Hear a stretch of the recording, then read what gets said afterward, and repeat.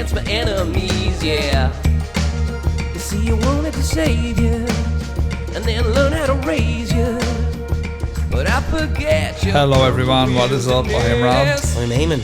Oh, it is Monster Fuzz. Back again. 7 days of Samhain.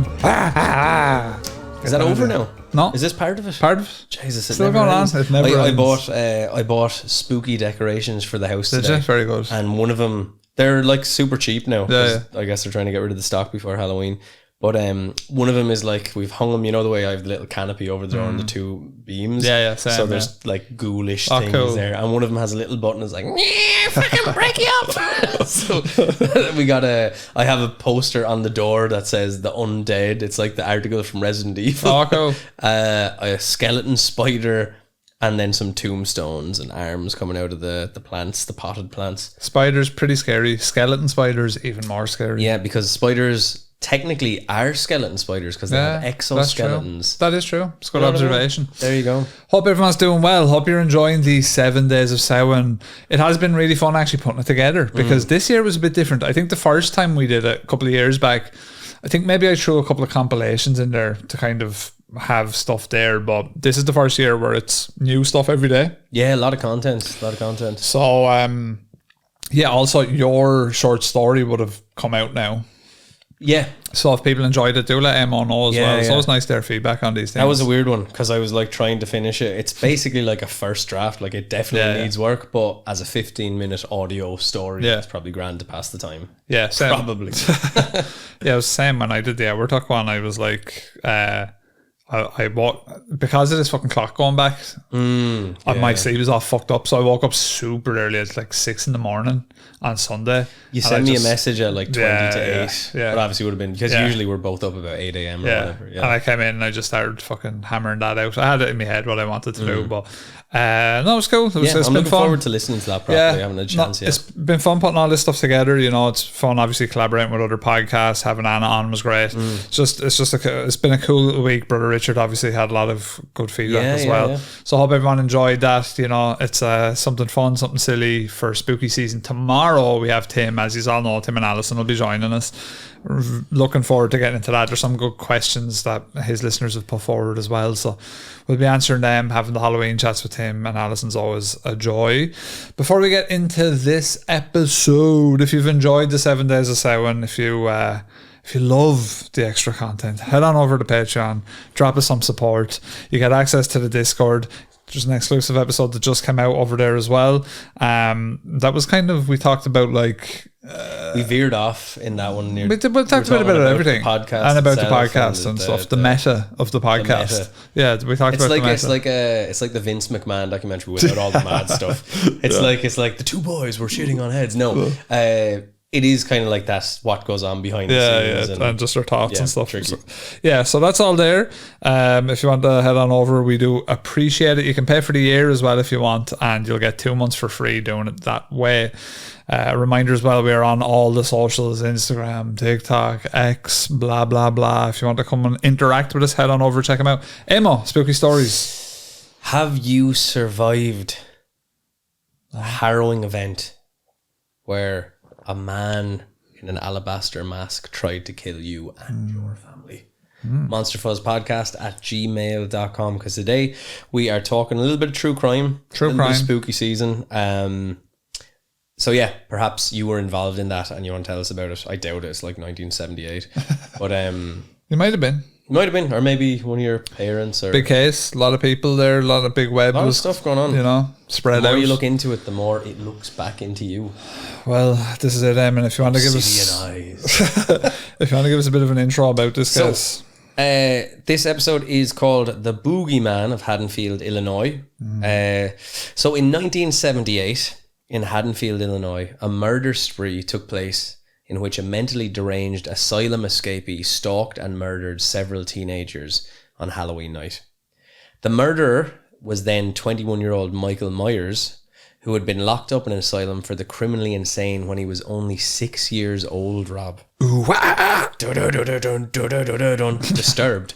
But can you imagine being sick, like to be locked up in an asylum for the criminally insane at 6? They don't do that very often. It's a rare thing. Did they do that with those 2 little Ballixes that murdered that child in England that time? Do you remember that one? Actually, yeah, the Jamie Bulger thing. They would have been close to that age. That's why that's actually terrible. Because isn't your man? Is it Venables? Is one of the guys' names? And he's Terry Venables. I think it's James Venables. Right, yeah, I mean, I could be getting the name. I thought you were wrong. saying Terry Venables there. No. Who's Terry Venables? He's a football coach. Oh right, it was himself. Yeah, he turned his life around and got into football. But I think he has since.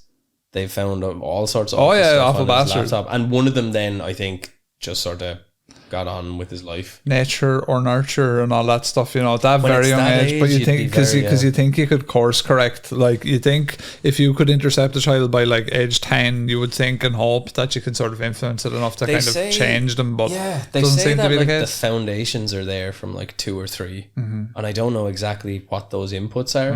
I haven't read the study on it, but I remember my dad was telling me like they reckon by about age 3 those foundations are kind of set. Like, you can understand it in 2 ways. You could kind of understand a child doing something really deranged and horrible and not understanding the full implications of it. And then on the other side, you would feel like a child is too innocent to get involved in something like, because that case in particular is like... Yeah, but whenever you hear of children doing this, it's the same with that Anna Kriegel case here in Ireland. And they were young teenagers, those two, boy A and boy B. It's just so sinister. You're like, what the... I feel like cases like that is like there's loose wiring, and I'm not sure to what extent your environment can help. Yeah, because like it's like sociopathic, psychopathic kind of stuff where they just don't care. So like it's hard to put that into them. I think sociopaths, psychopaths are kind of born with that foundation. Like that's brain chemistry. I don't think. Well, to be fair, every child is born a psychopath. It's that you unlearn psychopathy as you get older. Like every child is just like all about me, what I want right now. There's no maybe they just don't get out of it. That's what I think happens, but I don't know how it happens or if it's a brain chemistry thing. Empathy is probably taught. You have to teach empathy. It's probably observed as you're a kid and you're growing up. Because I remember being younger, and I think you get more empathetic as you get older. Because even being like late teenager and stuff, not that you would try to go out there and be mean, but you could be not realizing the implication of it at times. Whereas you get older then, and then you're sometimes overly cautious and going, oh shit, I think I might have hurt someone when I said that, or blah blah blah. But yeah, it's a funny thing. It's funny. But anyway, this kid Michael Myers, similar thing. 6 years old. 6. So a psychiatrist by the name of Dr. Loomis, he's fully aware of the danger that the boy would present. So he, on the night in question, when he was on his killing spree, he was very invested in it. Invested in it. This is like 14 years later. He chased him relentlessly in an effort to try to stop him from going on this killing spree. However, he managed to kill 4 people. There was a mechanic named Robert Smith. Shouts out to Kieran. Yeah. Ooh, love cats. There's 3 teenagers, Bob Sims, Linda Vanderklok, and Annie Brackett. They were all killed by him as well. Another teenager, so this is kind of the I suppose what you'd almost call them the final girl of this true crime bit. So her name was Laurie Strode, and she almost became the 5th victim, but she managed to escape with just minor to moderate wounds. Michael himself wound up he lost his eye when he was trying to attack Laurie, and he took multiple gunshot wounds, and he fell from a 20-foot height. Now, forensic analysis would have assumed that these wounds, especially the gunshots, would have proven fatal. However, Myers would go on to escape, and he'd continue to evade authorities. I think he still hasn't been caught to the day. Lord. And I would imagine like that's the 70 or 21, 70, 80, 90s. So he's pretty hardy now anyway. Well, there's a couple of serial killers actually still around. I mean, one of Ireland's most prolific ones is still out and about. That's the one that they couldn't prove him to be a serial killer, but they had him for one. And he served the time for the one. Yeah, but he's out and about now living his normal life, but he's implicated to be involved in, or applied to be in most of them. Well, there's other bodies they found. See, there's other gangland stuff as well, so I suppose if you find someone who's not associated with a gang, maybe. But it is funny, because again, we start talking about empathy, like even without empathy, because here's another thing that I've always been curious about. If you're going to be some sort of person who does something heinous like this, and you don't have empathy, it's like when you're psychopathic, you don't even have the fear response to be like if I wanted to kill someone, I'd be like, this sounds like a lot of work to not get caught. So actually it's not in my best interest.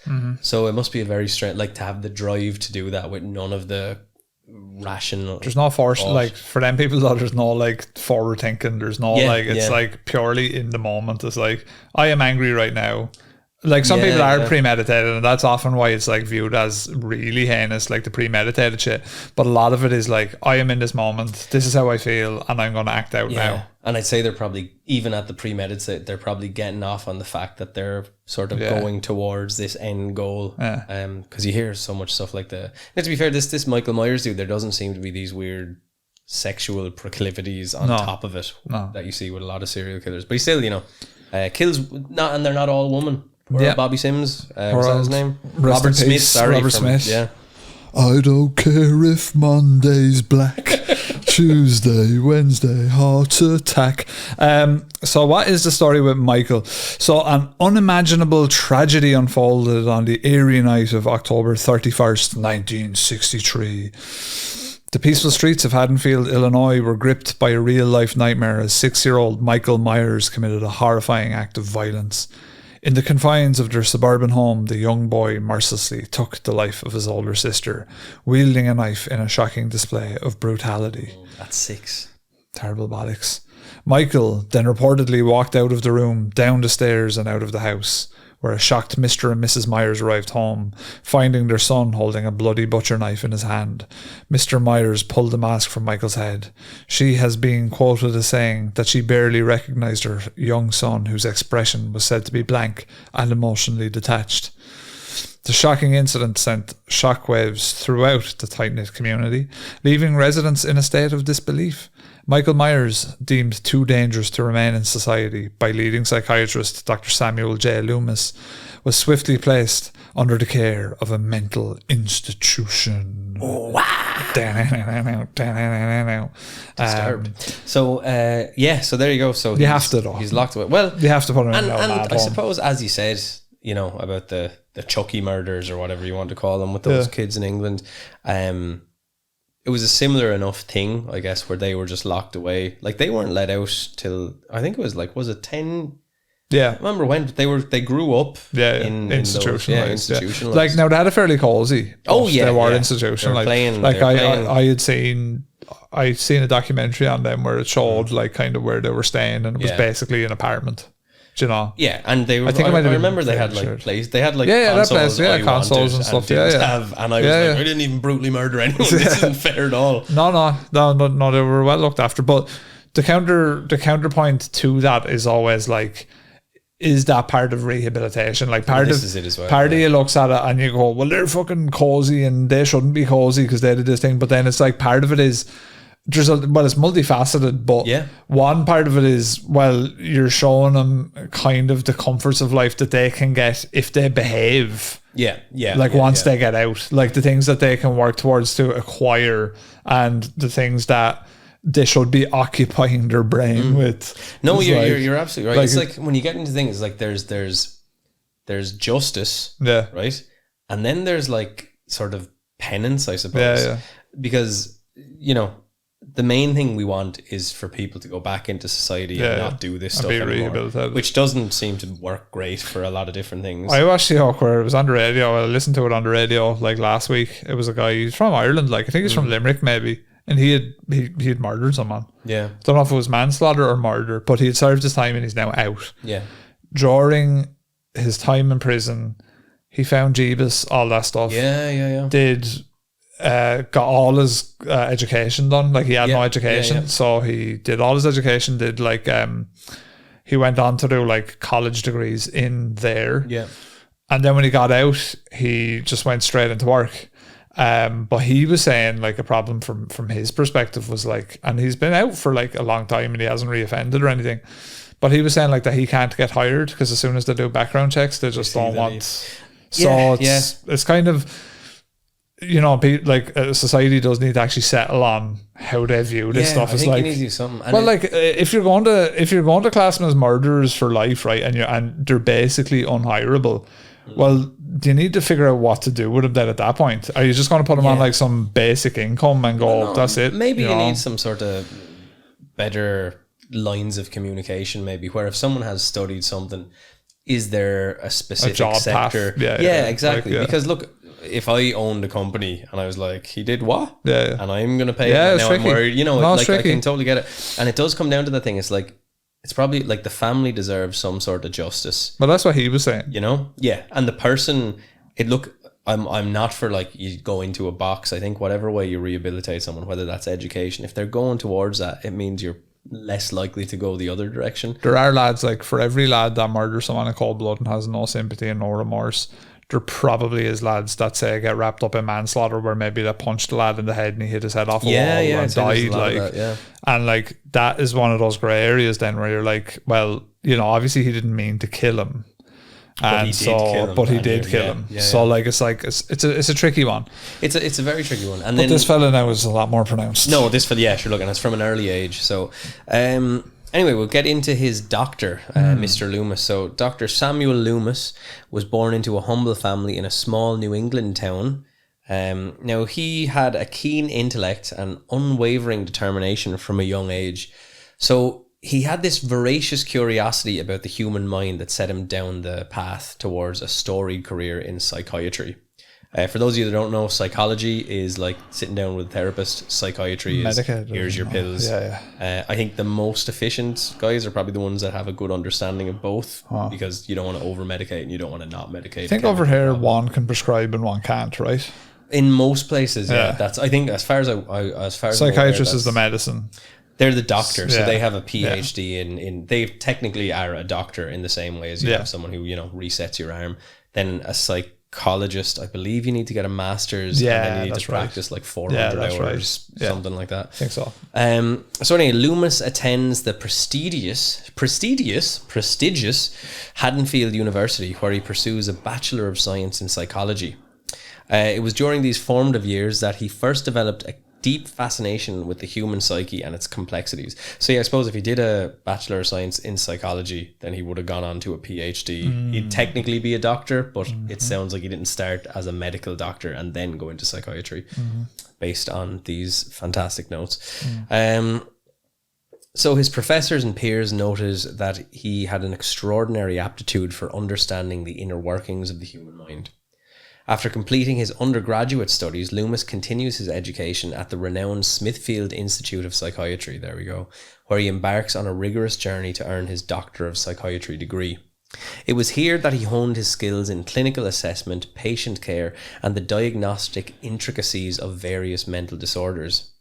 Loomis's exceptional talents did not go unnoticed. His thesis on the correlation between childhood trauma and psychopathy garnered accolades from the academic community, setting the stage for his distinguished career in criminal psychiatry. So there you go. Correlations between childhood trauma and psychopathy. He's a fella who's probably fairly in the right lane to deal with this 6-year-old who's killing his sister. Yeah, it would be common enough as well, even just on a sort of a non-psychopath criminal way. A lot of kids that are brought up in very abusive homes as a survival mechanism become almost selfish in a way, just to look after themselves. So they're very like egocentric in a way, because they're just like, I want to look. They don't even realize they're doing it. But a lot of people that I've met from that kind of background is like, I'm looking after me. And everything else comes after, because and it's probably because their environment was so unstable. Where it's like they're just trying to cross their T's and dot their I's. It's funny how that sort of stuff, because like with say neglect and stuff, and there's like abuse and neglect, and neglect I guess is a form of abuse, but it's not. No, you would imagine as you know, physical or whatever. But it's funny how the human mind, so you might have someone like you're saying, and they go down a road of like, right, me first, I'm out to get mine, blah, blah. Then you have someone else who might develop like a bad anxiety disorder as a way to try to feel like they're in control. So they fear what they can't control. Yeah, that's common too. Scores a loop, But it's amazing how the same inputs based on your sort of brain makeup can produce different outputs, I suppose. So he obtains his doctorate, and then Dr. Loomis is faced with a pivotal choice in his careers. He could have easily embarked on a more conventional path in clinical psychiatry, but he felt a calling to delve into the darker recesses of the human mind. He found himself irresistibly drawn to the world of criminal psychiatry, a field that combined his intellectual pursuits with a desire to understand and prevent the darkest aspects of human behaviour. His first major break came when he was selected to work at the renowned Smith's Grove Sanitarium. Sanitarium! Leave me be! This was an institution known for its cutting-edge approaches to treating the criminally insane. Loomis's arrival marked the beginning of a transformative era in his life. So we just have a little bit more on Dr. Loomis, and we're back to the horror of Halloween. Dr. Loomis's rise to prominence in the field of criminal psychiatry was largely attributed to his involvement in the infamous Michael Myers case. This case, which would go on to become the stuff of legend, involved a young boy who one fateful Halloween night had committed the terrible, brutal murder of his sister. Now, Loomis's tireless work with Michael Myers led to groundbreaking research on psychopathy and the inexplicable evil that resides within some individuals. It was his deep connection to the case that solidified his place as one of the world's leading experts in criminal psychiatry. Right, so you're actually wanting to know what happened that night, on that fateful night, Halloween night, 1978. So Michael Myers managed to escape from this mental facility that had housed him for over a decade. The dedicated psychiatrist who had studied his case, Dr. Sam Loomis, sounded the alarm, deeply concerned about the chaos Michael could unleash on an unsuspecting town. The authorities were swiftly alerted. The town descended into a state of high alert as darkness fell on Haddonfield. An unsuspecting teenager, Laurie Strode, was blissfully unaware that her life was about to be turned upside down, like the Fresh Prince of Bel-Air. Will Smith, slap you upside the head. Little did she know that she would soon become the prime target of Michael Myers' relentless and bloodthirsty rampage. Throughout the night, the town streets were filled with an air of dread as Michael pursued Laurie and her friends, leaving a trail of terror in his wake. Haddonfield residents locked their doors and peered through windows as the palpable horror gripped the town. Speaking of which, actually, I started from. Oh, how far are you?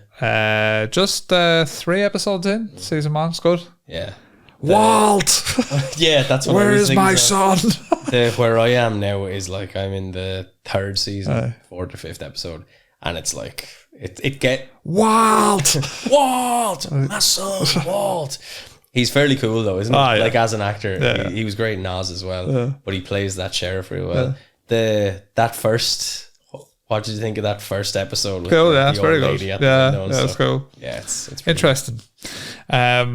So, Dr. Loomis, fully aware of the pure, unexplainable evil lurking within Michael Myers, fought desperately to try and apprehend him before more lives could be taken. The night unfolded like a nightmare, an ordeal marked by suspense, fear, and the unmistakable presence of evil. Michael stabbed and strangled 4 innocent people, and perhaps most disturbing of all, reverted to wearing a chalk white Halloween mask that he stole from a shop after murdering mechanic Robert Smith of The Cure and stealing his overalls. Laurie Strode would go on to say that Michael never once ran after her, and that all his movements were slow and methodical.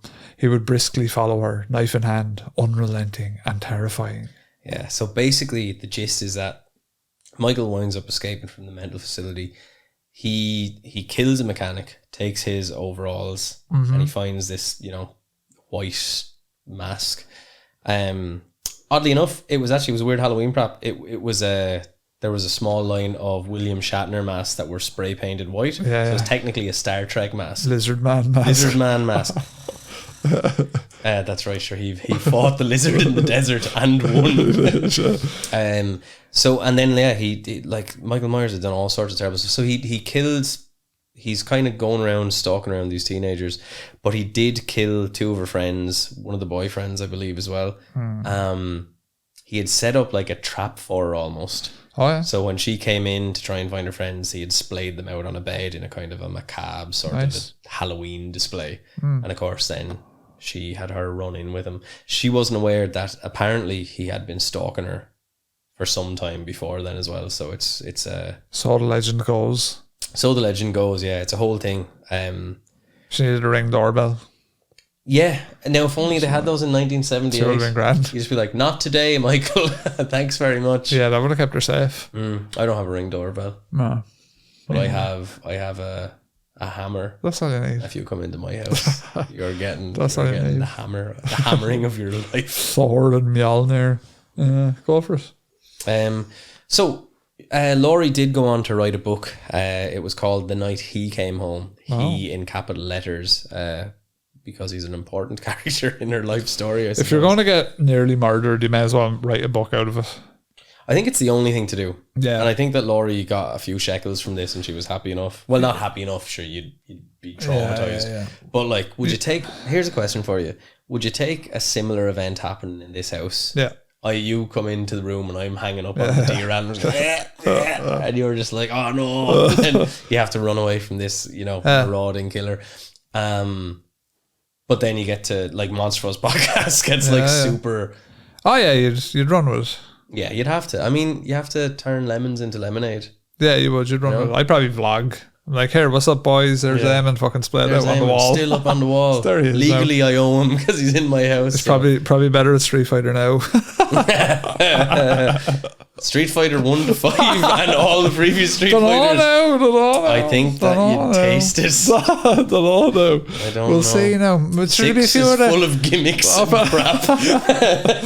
Up at that gaming market now, there might be a few arcades. Yeah, sure, we don't need the gaming market. We'll see what's going on. Don't need none. Right, we'll see. Street Fighter Alpha 2. We'll see. Anyway, back to Laurie Strode's book.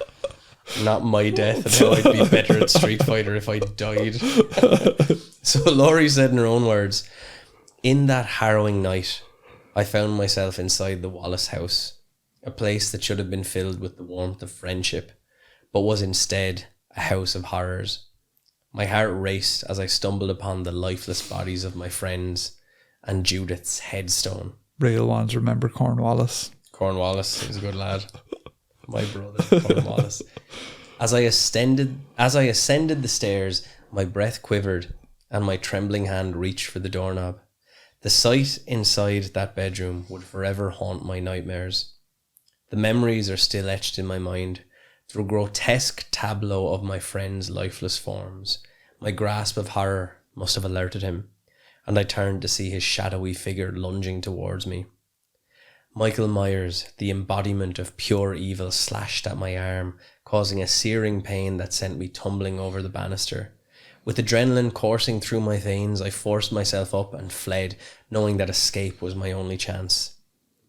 Back at the Doyle house, I desperately dialed for help, but the phone was dead. Fear coursed through me as I realised I was trapped, and he was closing in. Michael, that relentless force of malevolence, sneaked in through the window, and I fought back with all the strength I could muster. With a knitting needle, I struck out, piercing his neck and eye. I thought I had ended it there, but evil never dies so easily. Stumbling upstairs to check on the children, I found him once again, his cold, masked face filling me with dread. Oh, sorry. Yeah, she didn't. Here's his eye there. I misread. Yeah. Hiding in a closet, I grabbed a coat hanger and stabbed him in the eye, then in the chest with his own wicked knife. With a sigh of relief, I sent Tommy and Lindsay to seek help from a neighbour, hoping they could escape the nightmare I was living. But Michael was not so easily vanquished. No. He rose again, his relentless determination mirroring the relentless terror that had pursued me.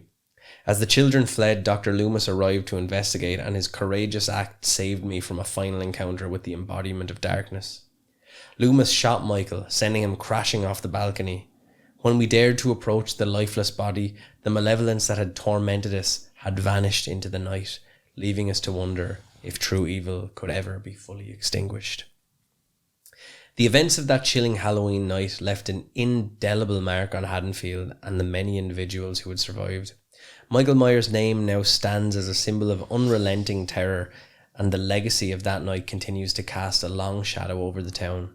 The tale of his real-life horror, the night when evil came to life, will forever haunt the memories of those who lived through it. So, the night he came home. Oh, so they're saying that basically his body disappeared.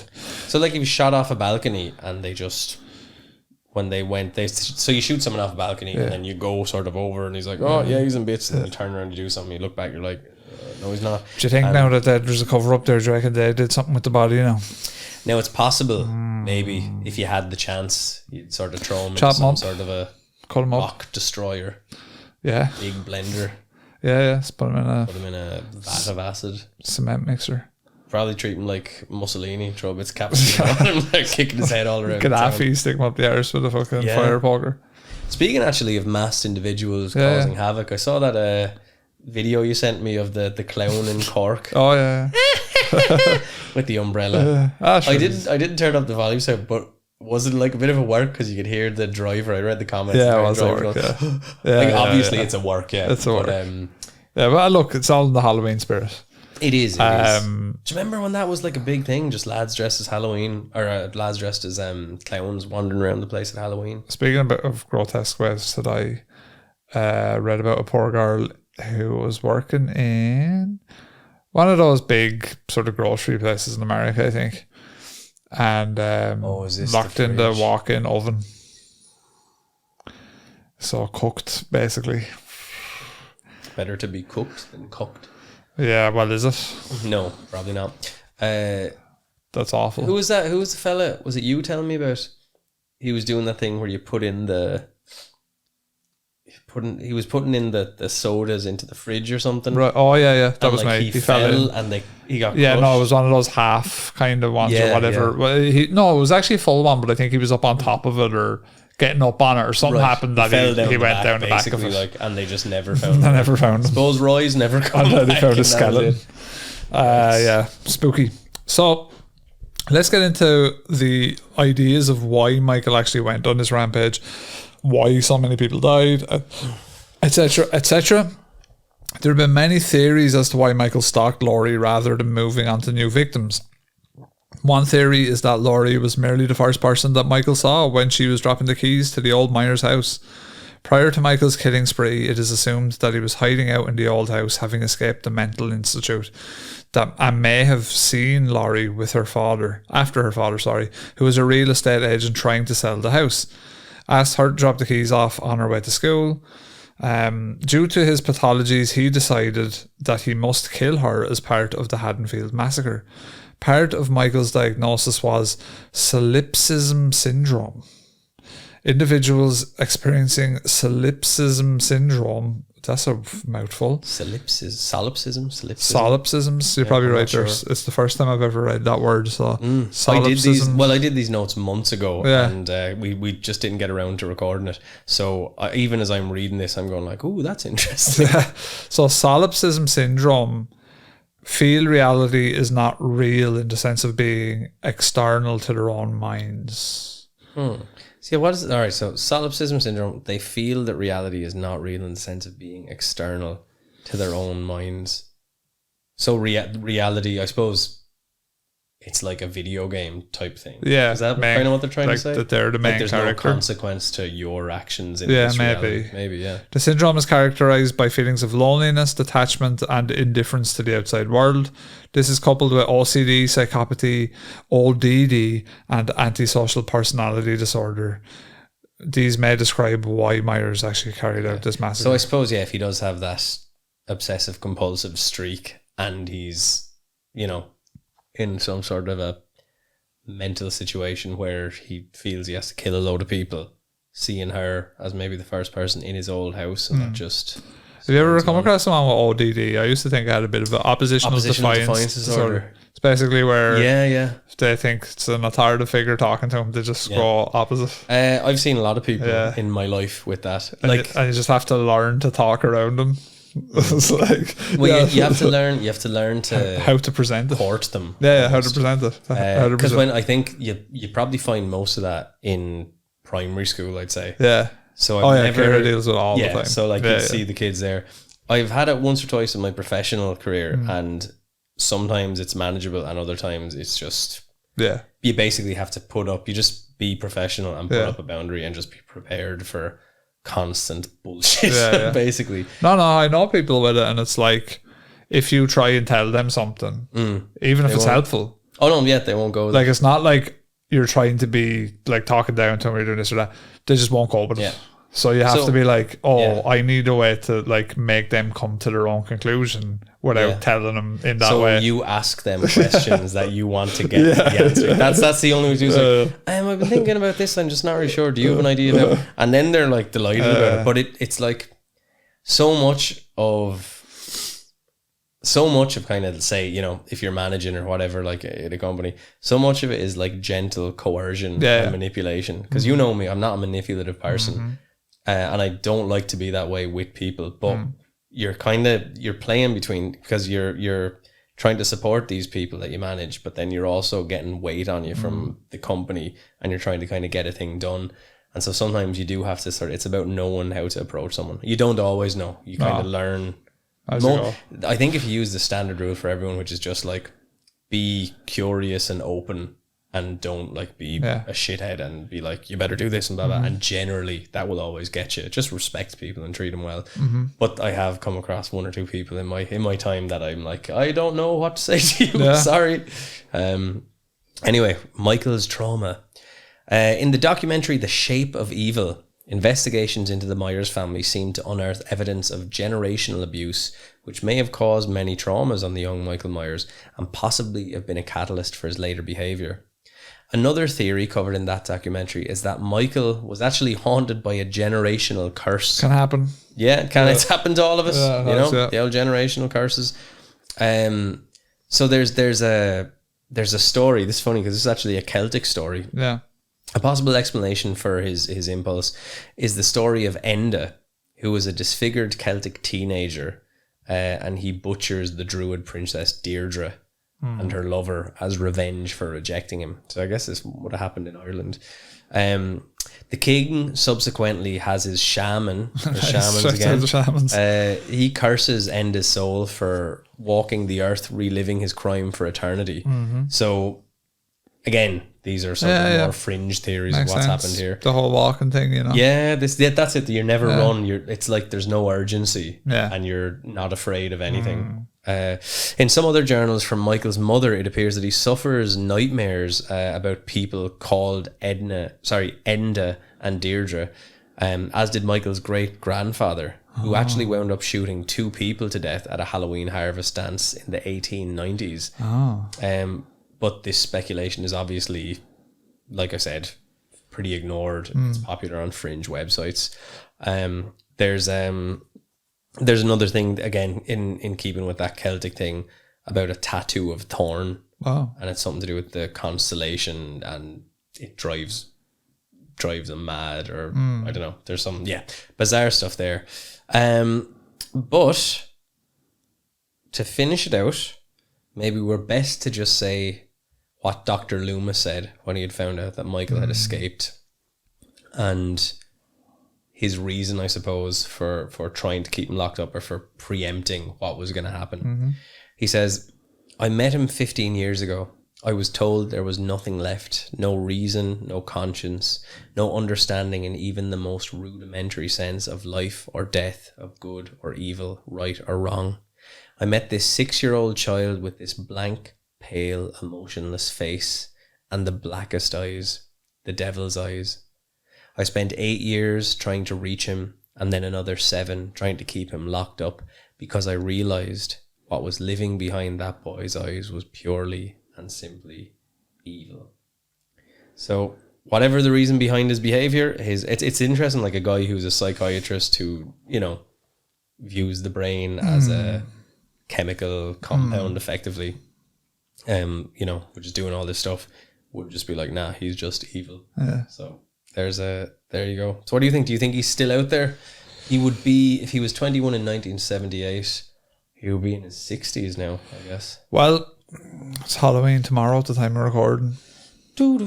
So, you know, you'd want to be careful, really, because it seems he has a penchant for the Halloween. Some of them 60-year-old lads are in pretty good shape. Do you know what I mean? And nowadays, for sure. And all, like, standard of living's a bit better, you know. Do you know what I mean? He'd be, well, he hasn't been seen. So, but then again, he wore the mask, and you're not really going to know what he looks like. Could be you, could be I. It's not me, anyway. No. I wasn't born in 1978. You never know. Would you pick it up? What? You'll carry on. Yeah. Bit of murdering. The baton, if you will, yeah. Just go around the street. I'm up out of that. Bit of murdering. Yeah, no, I think so. No, it's a fascinating case, and it does beg the question, are people truly evil? Is there a way to fix them? Some people would say that evil exists in the world. A lot of people would say. I'm sure Brother Richard would say that. And there, I suppose, is a cosmic war between the light and the darkness, if you like. Yeah. I don't know to what extent I subscribe to that, but I think there is a cosmic war. Do you think there's a cosmic war? It's like Avengers. What do you think they're using?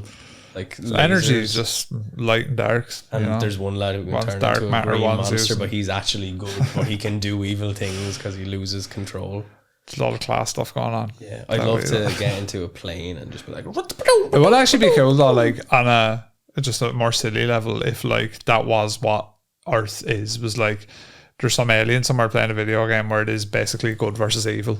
It's as possible as anything. And right now, like, it's so confusing. They're like, these guys are going to be evil, so we're going to see how far we can get with them, see what way that works. But then you get into the weird things where it's like, to love someone too much, which love would be a good thing, but love out of control sort of becomes evil, like controlling, manipulative, abusive.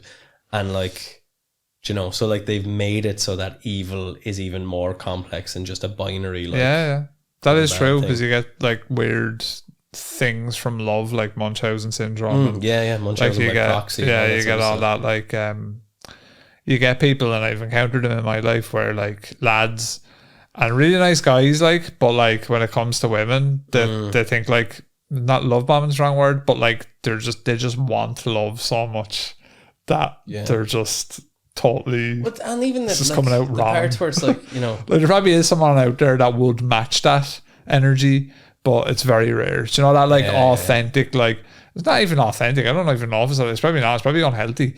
That like unhealthy, like I just want someone, I want to be with him, and I want to do, you know, like blah, blah, blah. I think that's like, codependence. It is like it's like don't get me wrong. It's an anxious attachment almost. It's like I want someone and that will complete me kind of thing. Because of that, it's like then when they feel them pulling away. As any relationship, when you're with someone at the start, it's all very like intense. And then over time, you become a little bit more independent, which is you need to, because it's going to be crazy not to. Like, imagine if we were here and I just kept getting things going. What are you talking about? You better not be talking. Like, you better not be talking. Who are the? Do any girls watch this? Like, and you know, you just be like, what in the name of God?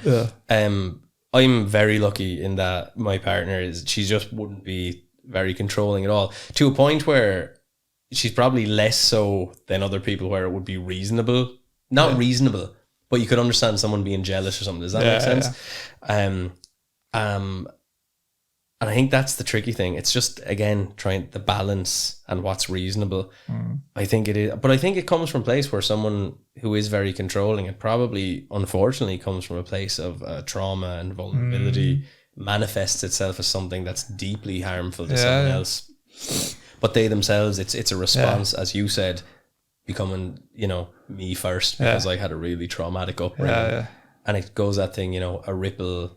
What do they say? If you can't really redefine what parenting is when you have a kid, and neither of us have kids, but you make it like a ripple better. So sometimes you look back at some of the stuff that, say, your dad or your mom did, and you're like, that was pretty fucked up. But then you go, yeah, but like, what was their experience when they're born in the 1950s, like my parents? And so then their parents were born in the 1930s. Going around like some fucking Mad Max. My dad, my dad's going there. My dad as Mad Max sounds, just the image of that. Go away and leave me be. I found this gasoline first. That'd be pretty good. So we leave it there, will we? Yeah. Look, we don't often do. Well, we do true crimey stuff from time to time. Halloween, man, you had to bring out the true crime. Because this happened on Halloween way back when. Perfect time. We figured let's do a bit of a true crime episode. Absolutely, and we'll leave it there, folks. Hope you enjoyed. Remember, 7 Days of Sound continues tomorrow with Tim and Alison from Strange Familiars. Tune in, find out. I've been Rob. Bye, I'm Eamon. Over and out.